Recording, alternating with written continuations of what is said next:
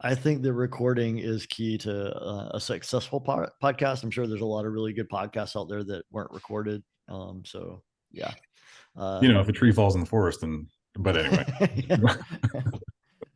So it is Sunday evening, the Sunday before the Browns Creek race. How's everybody doing this evening? Crankin at the creek is coming. I do not have that level of enthusiasm associated with so, that so I'm name. doing great, Shawn. That was my way of telling you I'm doing awesome. Yeah. Yeah. But if we don't wrap this up in an hour, you're going to be, yeah, Sergeant Poopy Head. You're gonna be like, Well, and as I'm finding, there's probably some things I need to do as league director the week before the race.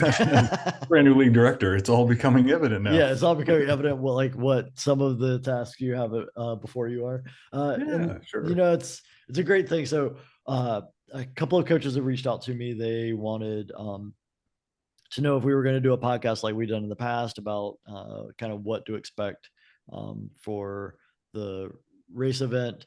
And that's something that we've done in the past. And apparently, those are no longer archived on Buzzsprout for whatever reason, but they are, everywhere else that we publish this podcast at.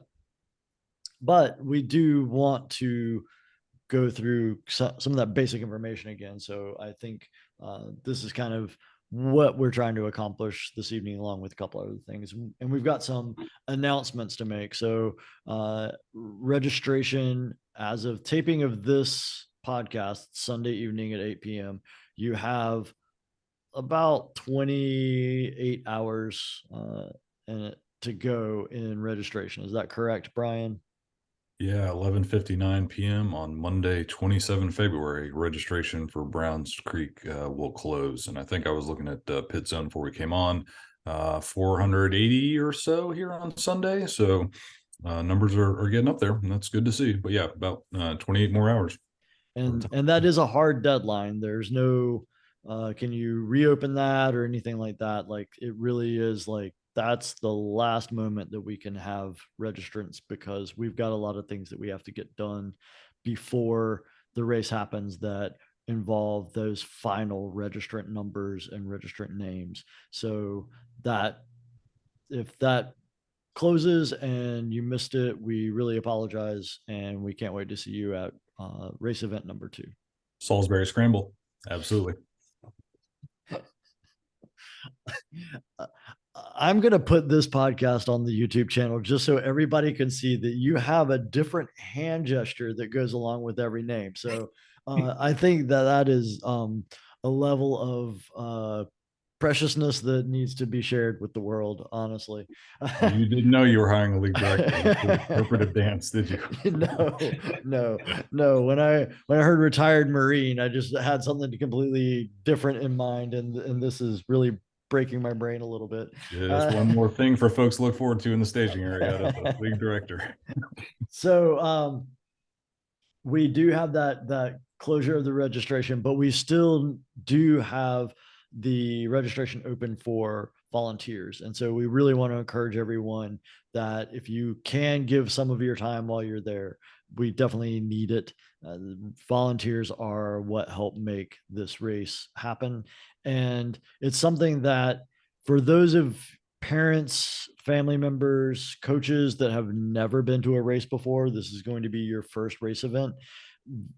There is such a scale that I don't think, for me, I'd never seen a race that came close in size until I started going to national championships for USA Cycling. Like there was nothing at the local level in this state that approached the number of athletes that are competing and the number of volunteers necessary, as well as just the infrastructure that goes into laying out the course, laying out the pit zone area, laying out the start finish area. Just everything is a level that is not what you're used to with local racing. So anyone that can give us a little bit of time, we've got multiple shifts, and that will definitely be appreciated.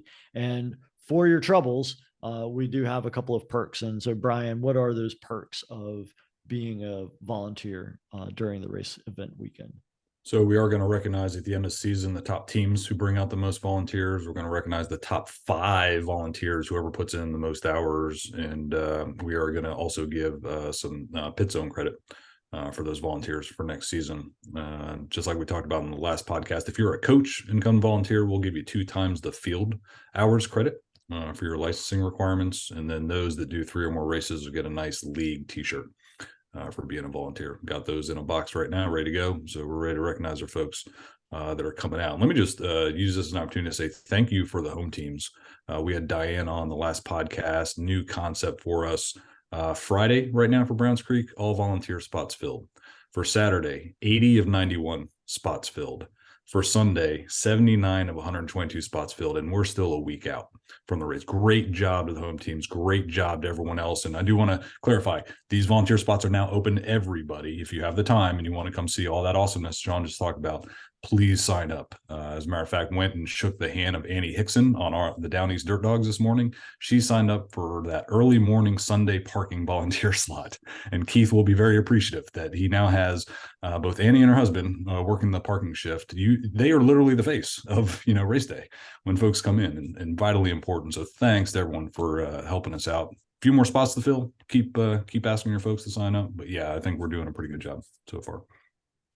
And, as a reminder, especially anytime you are at the race event and you are dealing with someone that is in any position, be it parking, be it course official, anything, understand that with the exception of about 3 of us, everyone you see working their butt off during the race event weekend or any other league event is a volunteer. They are not paid to be there. They're there because they know the massive amount of work that gets done, and they are there to help make that happen. So we ask that you please be courteous and respectful, and understand that those people have been instructed on things that they are asking everyone to do.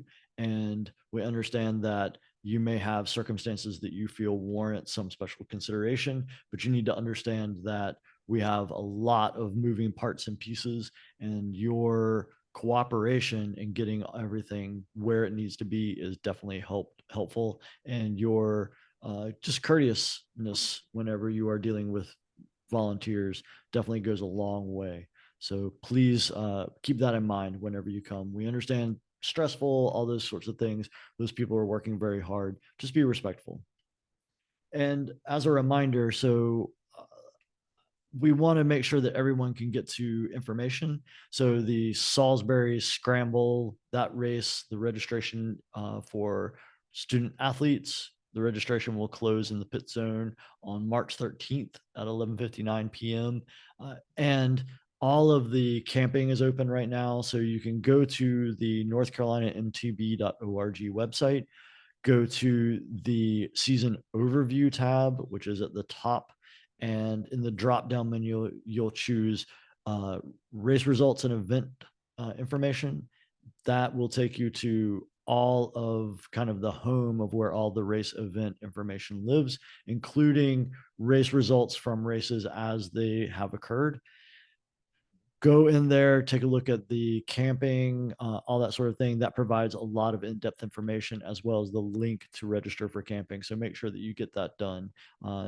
If you show up and you haven't registered for camping and you're expecting there to be a space for your 40-foot RV, you could be in for a very disappointing conversation. So make sure that you are registering for those campsites. And if you have any questions, you can reach out to our camp coordinator. He will be linked in that information for campsites as well. All right. Any other announcements that anyone else has?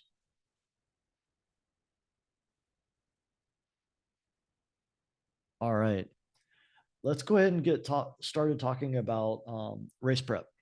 And so, Brian, I know this is something that you have thought a lot about in your career as a NICA coach, and now you're kind of bringing some of those lessons home for the league leader role that you're taking on now. And so, kind of set the scene for everyone. This is your first time ever being at a race event. What do I expect? And so, I don't know, Brian, you want to go first? You want me to kind of set the scene a little bit? what do you think? I'll do a little bit of scene setting just in terms of the information that is forthcoming. We do have the draft flyer posted on the website. You led everyone to that. That's great. What I envision, we'll release this podcast on Monday, the 27th. By Wednesday, 1 March, we should have our final flyer posted, and that will be the updated schedule for both Saturday and Sunday, particularly the Sunday schedule for all the wave starts. And I think that's probably the most critical piece of information for everyone to know what the times are of the various events on Saturday and Sunday so they can backwards plan how when to get in the car, when to arrive at Browns Creek, so they can make the coach ride, or they can make the pre-rides on Saturday, or you can be there for their wave start on Sunday. I think that's probably the overall scene setter, is everyone pay attention to that flyer. We'll get that out by Wednesday morning, and then we'll conduct a town hall for Browns Creek Wednesday evening at 8 p.m. And we'll answer some of those questions. And I think our focus there, Shawn, like you said, is first-time coaches, first-time parents, haven't quite been to one of our awesome weekends. What can they expect? And we'll walk everyone through that flyer, essentially, the big ticket items to pay attention to. So I think that's probably the best piece of gear you can have going into the weekend, is that flyer that tells you everything that's going on. And for me, it's kind of some common questions that come up every year, and things that I want to really, I'm speaking to coaches about what you should be talking with parents about, but anybody, this is information for you.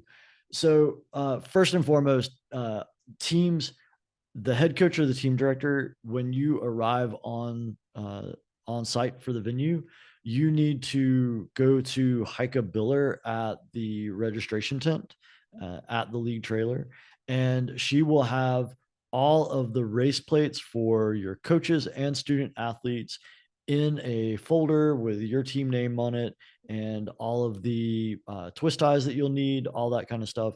She'll have all of that for you. You pick that up and you distribute that to your coaches and your student athletes. If you have coaches and student athletes that aren't at the race venue for this race event, you need to keep those, and you will distribute those when you see them next.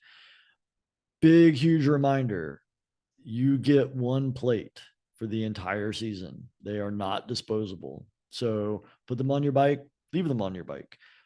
Make sure that you have some system in place. Some coaches I know, they just take them all up from their student athletes and keep them, and then they have them for the next race. That is definitely a way to do it. Another way is to just make everyone responsible for having their own stuff.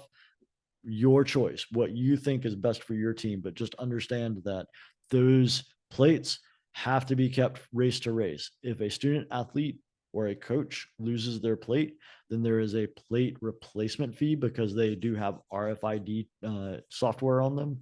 And so they're not just a piece of plastic or a piece of paper. They are a little bit smarter than that. So they do have a little bit of a cost involved. So make sure that if someone loses it, we can replace it. We get it changed in the system, all that good stuff. But make sure that you do that as quickly as possible if you show up to a race and you've forgotten your plate or lost your plate.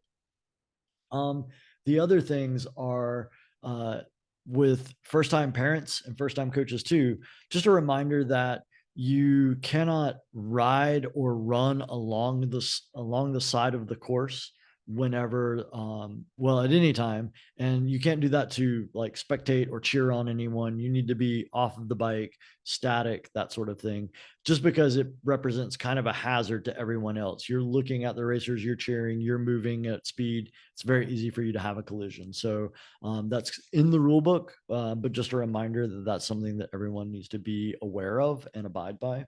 The other is that only coaches and student athletes with their race number affixed. So once everyone is at the venue, they put their race plate on their bike and it stays on there the entire time. They are the only ones that are allowed on course at any time that's designated for anyone to be riding on course. So the course will be closed until we open it for certain things on Saturday, and then the course will be closed until we open it for racing on Sunday.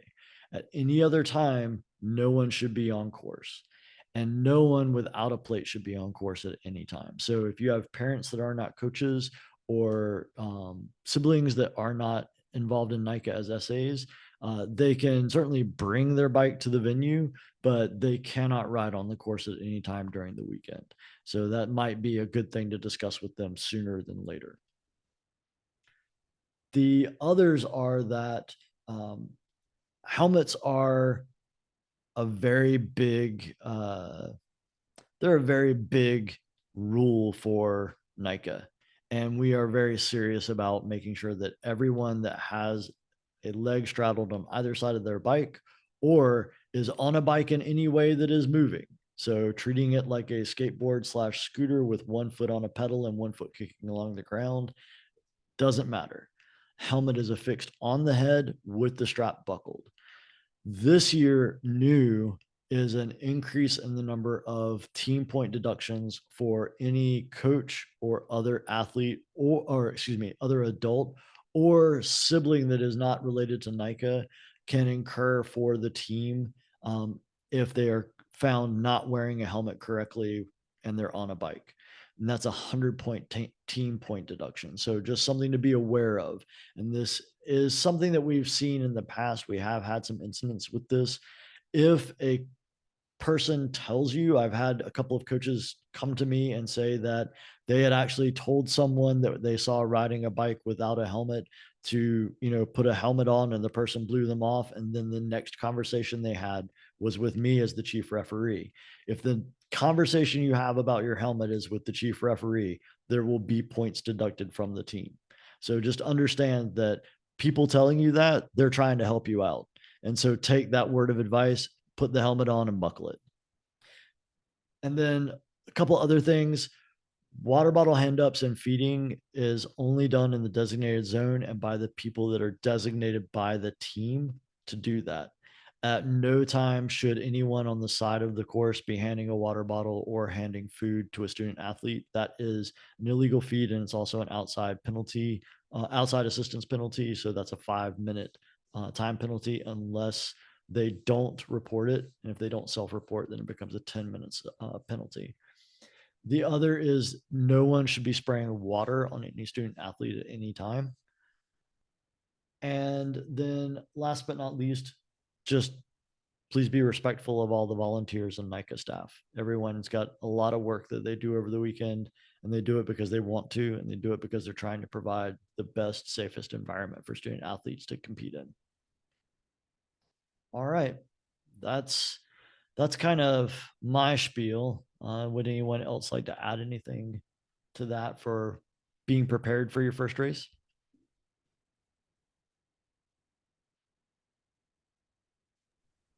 All right. A couple of people to look for, and this goes for anybody really, but you'll see coach supporters on Saturday will all be wearing an orange plaid hand up short sleeve t-shirt, or excuse me, short sleeve shirt that is very distinctive, and you'll see 6 of us running around with them. So you see 6 people that are all wearing the same shirt. Odds are pretty good that they're coach supporters. Those are definitely people to ask questions of. And then on Sunday, you'll see all of us wearing league staff or race crew jerseys, and will be very distinctive and stand out as well. So those are the people to ask questions of, or if you're having issues or problems, they can direct you to the person that you can help you and can put things right. So make sure that you know who you need to ask in any situation. And at the very least, always go to the league trailer, and that's going to be a great source for anybody to direct you to information and the person that you need to talk to. All right, let's just go right into the weekend overview. And so I would say, well, I'm going to let you say it, Brian, because you typed it out, you put it in italics, and you included an exclamation point. So the answer to everything is going to be what? It's in the flyer. we'll probably say that a few more times before we're done here. But yeah, it really is kind of the source document for how we pull off a weekend. And I thought it'd be a pretty good idea because again, you're dealing with first time league director. Who do I usually ask questions to? Well, certainly you, Shawn. But it's great to have Todd Lester, our race director, on the line tonight, and also Chelle Frost, our programs director, the folks that are really making some of this magic happen. So I thought we might just chat with both of them, Shawn, in terms of what are folks going to expect in both of their lanes, so to speak. So you want to go over to Todd first, and the idea is, hey Todd, I'm volunteering to come help the race crew on a weekend. What do I expect? What are you going to put me to work doing? What do folks need to know? Well, hello everybody. Very first thing I'm going to say is, have you checked in with Diane? So make sure you check in, and so you can get credit for the time that you're going to work. But yeah, when you show up on a Friday, it is best described as organized chaos. It is manual labor, unloading the trailer, moving equipment to where it needs to be, where we're going to start, whether it's pounding in stakes and poles, setting up snow fencing on the start and finish lines. And the pit zone, of course, is another big area we got to set up, as well as parking. So lots of moving pieces with many people going in many different directions. So yeah, it's yeah, we can't do it without you, without the volunteers. So the more that show up, the happier we all are, and the sooner we get things set up and running, which means an on-time pre-ride start or course opening, and then same on Sunday if everything's good to go, because we will check the course and everything again, make sure everything's tight and ready and safe, of course, and then get the day rolling.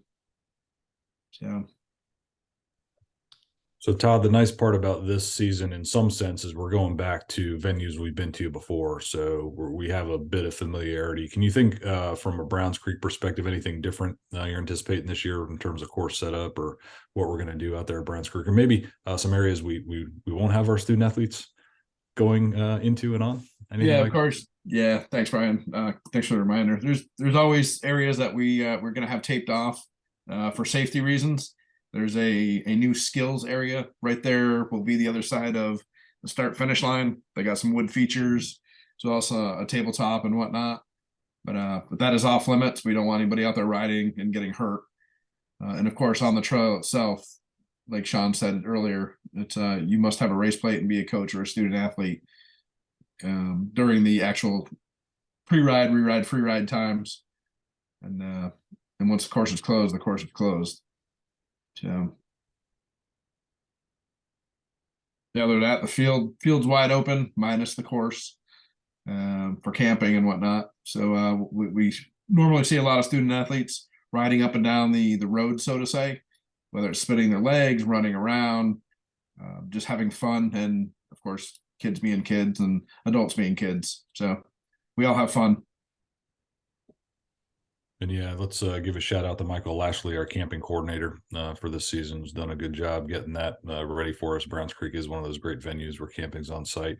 And I would say as the time we're releasing the podcast on Monday, coaches probably have another day or two to get their pit zone desires. The Bend Harbor has come up with, the master pit zone plan for the season.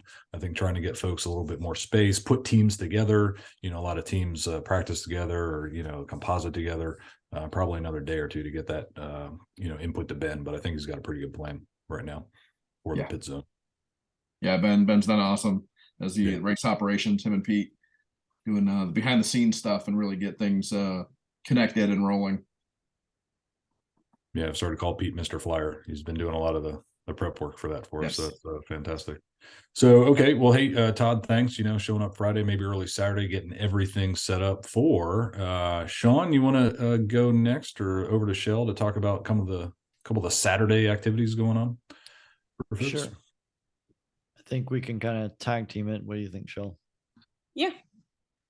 So 8:30 a.m. is when the first volunteer shifts begin. And then after that, pit zone is going to open up for teams to start putting in their tents and gear at 10 a.m.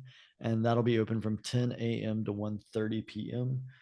10 a.m. is also when the registration tent will open up at the league trailer.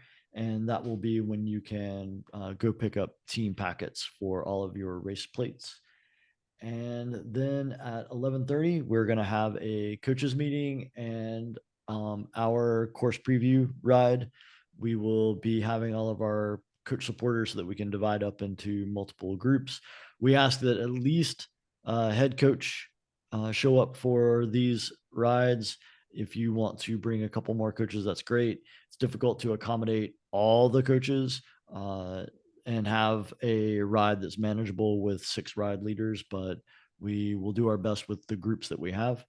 And I also know that, Shell, we've got some special considerations that we want to have for those coaches that might be volunteering with Grit, because the Grit course preview check-in starts at the same time. So what are those coaches that are also going to be volunteering for the Grit course preview? What do they need to know about that coach preview ride? So we've made a couple changes that I think will make it a lot easier on our coach volunteers and create more opportunities for them to support programs as well. One key thing would be that if you are a coach volunteering with Grit specifically, you will check in directly at the Grit tent. Diane, my hero, will be there handling all the volunteers, checking in for the Grit rides to help us make that process go smoother. All other programs, volunteers such as adventure volunteers will check in at the volunteer tent. But if you're volunteering with Grit, you can come straight to the Grit tent to check in. We now have 2 Grit rides. So if you are going to do the course, the coach's course preview, I would suggest that you do the Grit re-ride later in the afternoon. That opens up an opportunity that's not making it so tough for coaches to do that coach's course preview, a Grit ride, and then get back in time for their team pre-ride as well. So for the Grit pre-ride, if you do want to attend the coach's meeting, Diane will be at the Grit tent a little before that coach's meeting starts so that you can come check in for the Grit pre-ride, run over to the coaches meeting, and then just come back over when you're done. And you should get back in plenty of time before we send ride groups out, because we wait until those course preview groups go out on course before us. And so just a little kind of awareness for everyone of that course inspection. So the course inspection has 3 separate sections, and the very first is the pre-ride. And pre-ride is coaches, you're brand new, most inexperienced, never done a race before, beginner student athlete. That's who you're taking out during the pre-ride session. The pre-ride session is denoted by red flags that are up at the start finish area as well as other places, so that we can try and show exactly what session we are in with the course preview. The pre-ride is really expected to be something where there's lots of stopping, there's lots of looking at things, there's lots of talking about how you do things, there's lots of sessioning. So it's going to last from 1:30 to 3 o'clock. And then from 3 to 4:15, we're going to enter into the re-ride phase. This is open for student athletes that maybe just need to see the course with the coach at slower speed, not really intended to be a lot of stopping. Sometimes stopping happens, but really just a low speed, low intensity kind of look at everything so that everyone feels comfortable and confident. These might be your little bit more experienced student athletes, but definitely not your, grizzled veteran student athlete racer that's looking to get out there and go Mach 10 through everything. Like, they need to sit and wait. That's not who needs to be out there. And then that's going to be denoted by a yellow flag. And then at 4:15, we'll open up to what we call the free ride session. And free ride student athletes can be on course in at least pairs, but they do not have to be escorted by a coach.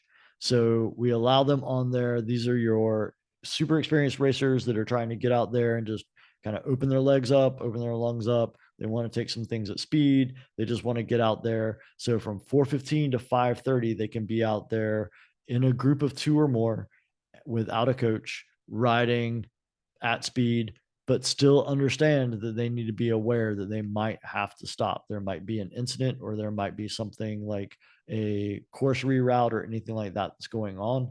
They need to be aware of being the necessary to be able to stop in time for anyone that might be on course, and to be respectful of anyone that's out, maybe doing a course reroute or doing any sort of course repair, so that they make sure that they understand that those people are trying to set up for Sunday's event.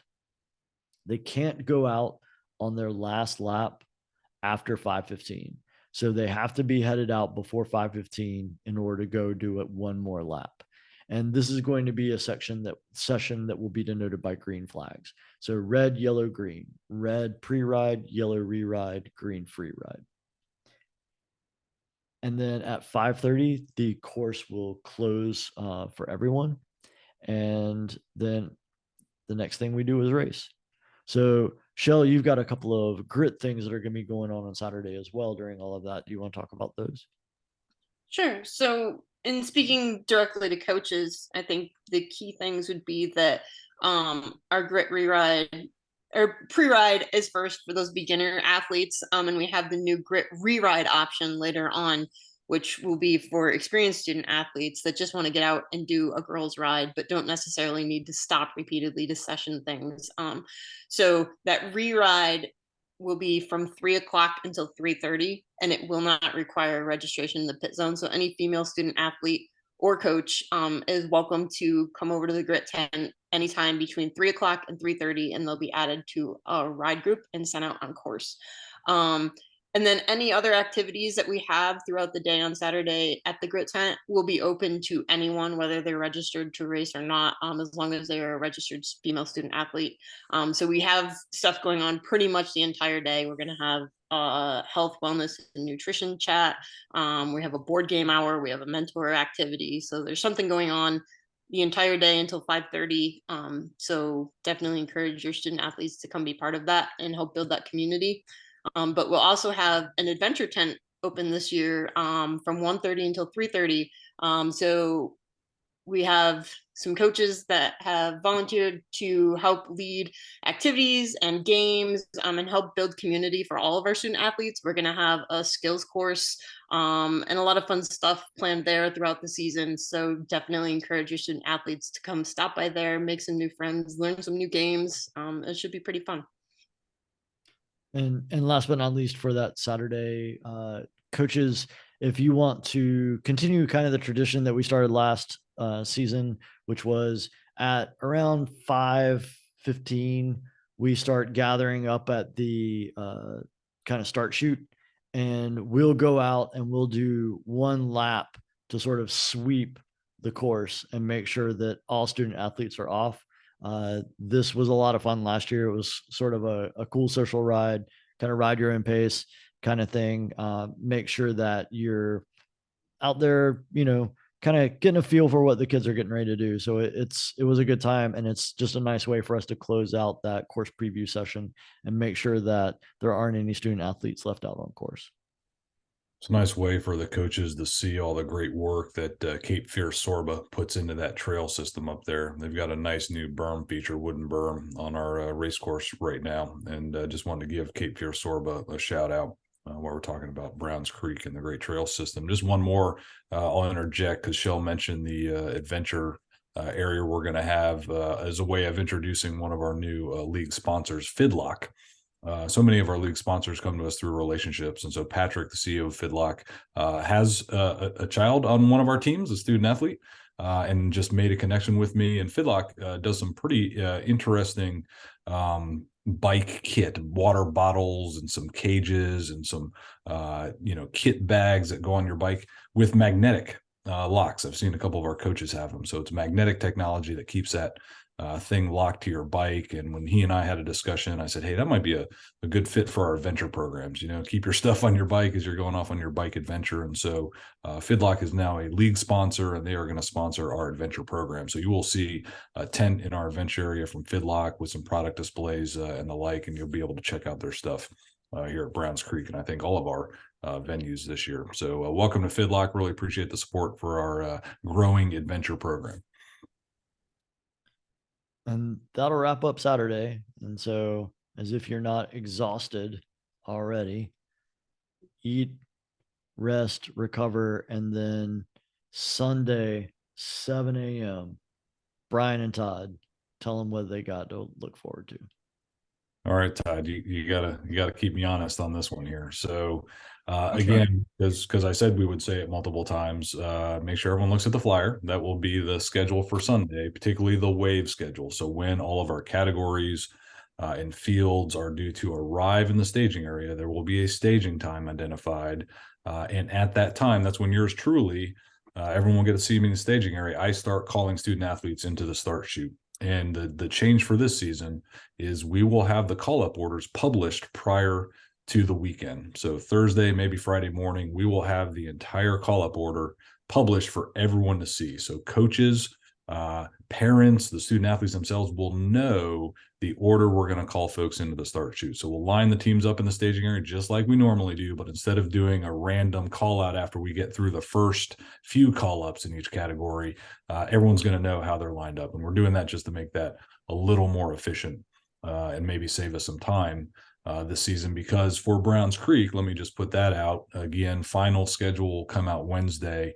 We are going to put a little extra time in between the categories and fields for Browns Creek because we have roughly, it depends on the category, but roughly 50% new riders. We just don't have data on them in terms of ranking them from fastest to the slowest. So we're going to put some more time between the categories and fields just to make sure we're reducing some passing opportunities. By the time we get into subsequent races, we'll shrink those times a little bit. So Browns Creek, a little bit of a longer day, but the good news is shorter, one of our shorter courses. Doesn't take student athletes as long to get around that course. But again, pay attention to the flyer. The wave schedule will be in there. Make sure you make your call up time, because I just start calling out student athlete names at that staging time to get them in the start chute on time. Todd, what do folks expect when they get in the start chute? Yeah, you were all over, Brian. Thanks. Yeah, if you get once you called up, you start coming out of the start chute, then you'll be have some volunteers there helping guide you into the correct position, and then we get you lined up, and that's where the fun really starts, between the nerves, the excitement, the hype, and you can see me, Ben, and Aaron on the start line, and working out those nerves and getting ready to go hit the trail. So it's a lot of fun, a lot of excitement. It's loud. It's yeah, I don't know how it's electric. It's really awesome. So Chelle, you gonna be there with us this year? I forget. I believe so. I think I'll actually be at Yeah. the tail end of the start chute when they're coming to it. So you get to see everybody on the start line, and then the parents and the spectators will be there lining the start chute. And yeah, again, it's loud. It's fun. It's just electric. So for everybody that's new, we won't try. We're not gonna scare you. We're not gonna get you all worked up, but maybe a little. But we'll get you back down, talk you down off that ledge, and get ready for your race. I would say for some of our coaches and parents, if you haven't volunteered yet, I think we still have a couple marshal positions open. I think I did it a couple times last season. One of the best positions on the course to see every student athlete come across the course. We'll put you out on the course. We'll equip you with a radio. You're calling to the chief course marshal, what's going on. Great opportunity to see all those student athletes come by during a race. So I would say, if your student athlete isn't racing and you're not volunteering, I just encourage everyone to get somewhere along that course and cheer on all these student athletes. That is the vibe we are looking for. Certainly do it safely, just like Shawn said. But yeah, if you're not doing anything, come on out of the pit zone, get along the race course and cheer these student athletes on. They are all either trying to get on the podium or maybe just complete the race. And we want to cheer all of that. Every single student athlete for accomplishing their goal during the race, we want to recognize in some form or fashion. So after a pretty extended race day, Todd, what can we expect before we get to awards at the end of the day? What has to happen, Todd? Do we have to do something before we? Yeah, we gotta take a breath for about 2 minutes, and then we start cleanup, which entails tearing everything down. But we start slowly. We start with the start chute to where it connects to the actual course, and then we have to stop. Pit zone will get cleaned up, parking will get cleaned up. And by that, we're picking up tape, stakes, ground stakes, wooden stakes, stepping stakes, and just bring it all to the trailer where we're getting it put away. And then once the last racers have come through the finish line, then we continue on breaking down the entire course. Bill and his crew will be going out to tear down the actual race course, and then we have anybody and everybody helps and tears down the finish line, roll the snow fencing up, and we get everything put back into the trailer in somewhat of an organized manner. So it's it's organized chaos. You'll see, it's a lot of fun, and we're hustling, but we're getting things done because we want to get you guys on the podium and get everybody on their way home. So that pretty much wraps up the day for everybody, except the race crew. We still got a little bit more to do once everybody's gone. We got to hang out and chat a little bit, and what we call an after action review, and just talk about the events of the day. What went right? What did we do? How can we improve things? And that goes to everybody. If you see things that you think we can improve, let us know. Send us an email, and we listen to everybody. Can't implement everything, but we will definitely entertain it.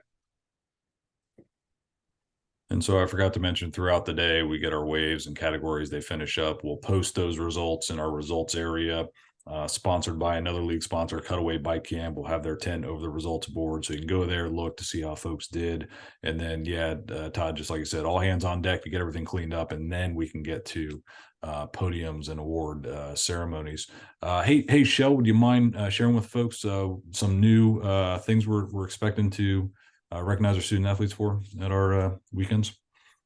Yes, so we have come up with a lot of different ideas to recognize student athletes for various different accomplishments that are not related to podium. One of them being Teen Trail Corps Awards. So we have quite a few student athletes that will be getting an award of some sort for Teen Trail Corps at Browns Creek. One is a pretty big one that I'm excited about. And then we have race plate badges, which will also be distributed to teams. They'll be available for pickup by coaches from the adventure tent if you submitted student athletes for any of those. So lots of different ways to recognize student athletes for a ton of different ways that they're becoming well-rounded mountain bikers and accomplishing really cool things that might have nothing to do with podium, but are really awesome accomplishments. So I'm excited for us to have ways to see that on race weekends.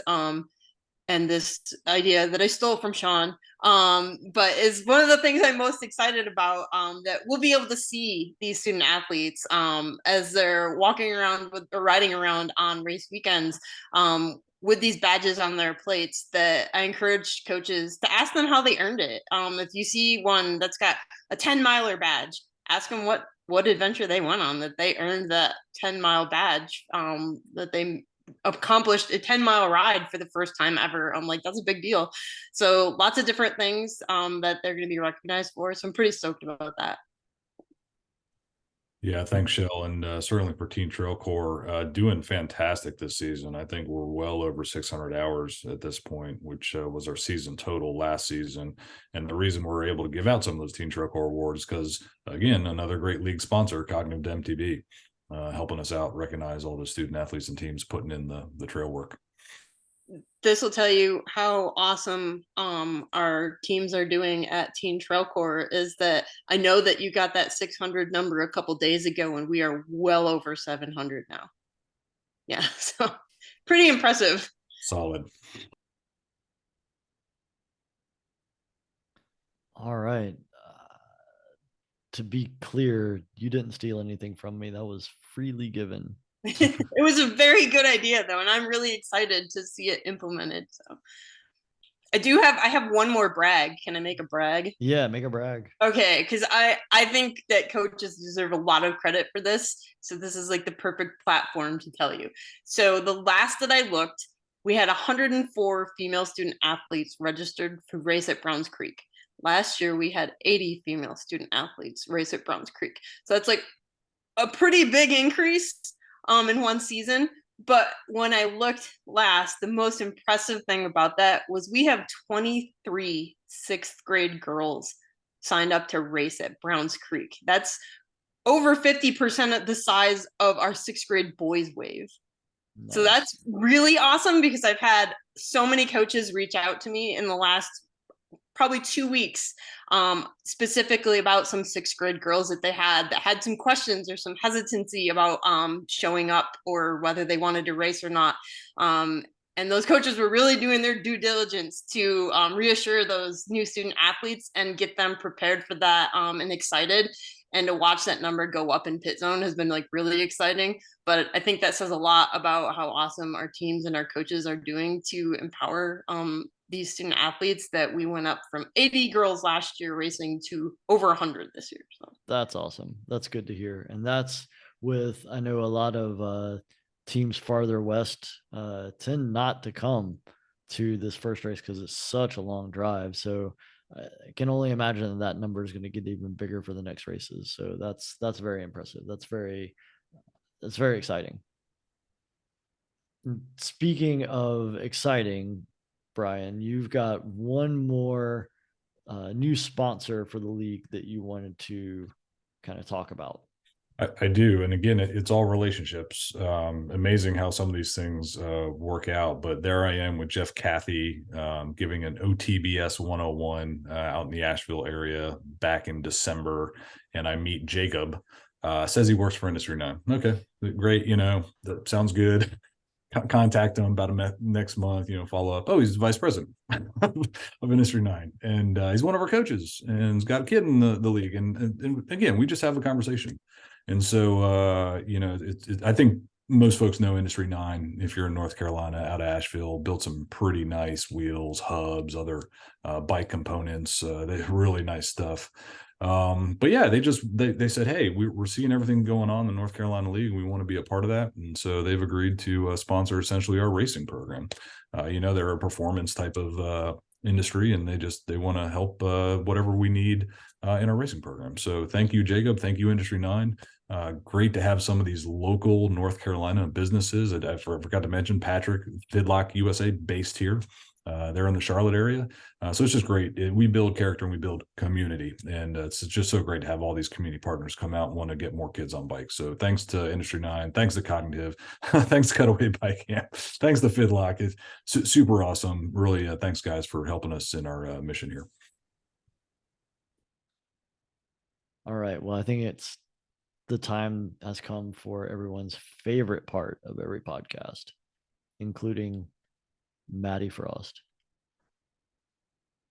So what dad jokes does everyone bring to the table? I came unprepared. You came unprepared. Oh, to be fair, I didn't know I was going to do this until like today.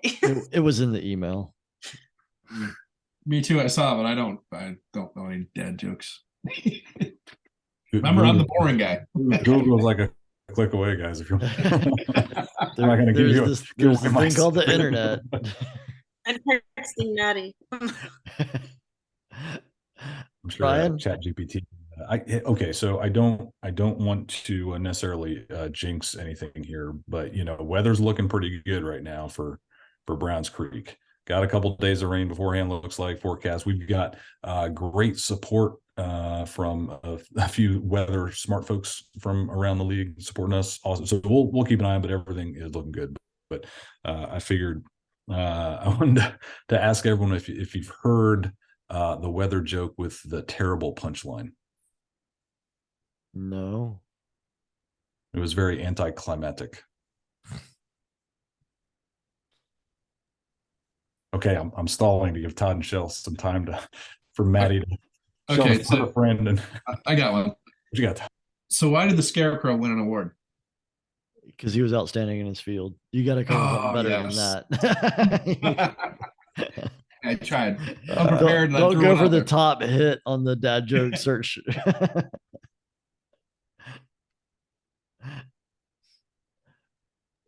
Meanwhile, okay. Do I need to stall with another one? I've never gone with more than one, I don't think, but Chelle phoned a friend. Okay. Oh, I just wanted to tell you that Google is not giving me nice for my dad jokes. at all. Like Google is failing me right now. Well, if it makes everybody feel better, I don't have a dad joke either. I've been reading this really good book. It's pretty amazing. It's about anti-gravity, and I just can't put it down. Yep. Yep. Okay, I got one. All right. Why did the blind man fall into the well? Ooh, why did the blind man fall into the well? Because he couldn't see that well. Yeah. That's pretty rich. I like it. All right. I think that is a good one to go out on for sure. There you go. All right. Thank you, everyone. And actually, the next time we see everyone will be at our first race event. And the next time we see each other in person, it will be at our first race event. So I'm sure we will have Zoom meetings between now and then, but it will be nice to actually see everybody in person. So Yes. see everyone this weekend. All right. See ya. See y'all.